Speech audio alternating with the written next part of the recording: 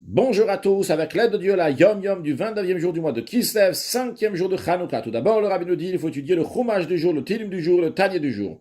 Puis, le Rabbi ramène un extrait d'une Sikha du Rabbi précédent, dans lequel il explique que lorsqu'il y a des malheurs, c'est en conséquence des péchés que le peuple juif a fait.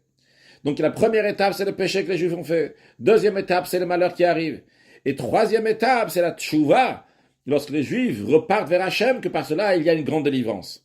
En effet, le rabbi précédent dit, c'est dans une sikha que le rabbi précédent a dit, en Purim Tafshin Aleph, à la fête de Purim en 1941, pendant la Deuxième Guerre mondiale. Et il dit, les Averot, les péchés des Juifs, à l'époque des Grecs, étaient les suivantes. Ils s'attachaient avec les Grecs, ils étudiaient leur culture, ils profanaient le Shabbat et jour de fête, ils mangeaient des choses pas cachères, ils ne gardaient pas la pureté juive. Eh bien, en conséquence de cela, la punition a été qu'il y a eu une destruction spirituelle du temple. Des Juifs ont été tués et ont été exilés, soumis en exil. Mais, après cela, il y a eu la Teshuvah, il y a eu Messirut Nefesh, en effet.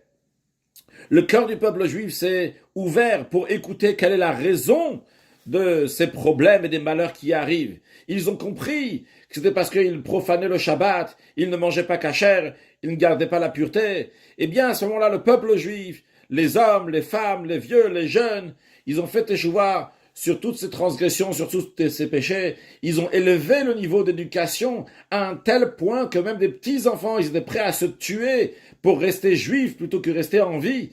Ne même pas se prosterner en faisant semblant à l'idolâtrie, comme on connaît l'histoire avec Hannes et ses enfants. C'est-à-dire qu'à cette époque-là, lorsque le peuple juif a fait Teshuvah, ils ont tous répondu à ce que Matityahu, le grand Kohen Gadol, il a dit « Mila Hashem Elai » qui veut se donner pour Hashem qui vient avec moi. Et avec lui, se sont mis plusieurs juifs, des Maccabis, les initiales de Mi Kamocha Ba'elim Hashem, qui est comme toi parmi les dieux Hashem, et avec le Shema Yisrael Hashem Elokeinu Hashem Echad, cet appel éternel du juif, eh bien, le peuple juif a vaincu le plus grand ennemi, l'ennemi le plus fort. Et le fait que le peuple juif se sont rassemblés d'une telle manière, ils ont mérité par leur tchouva, par le Messirut Nefesh, le fait qu'ils sont donnés pour Torah Mitzot, ils ont eu la force de Dieu, ils ont réussi à vaincre l'ennemi.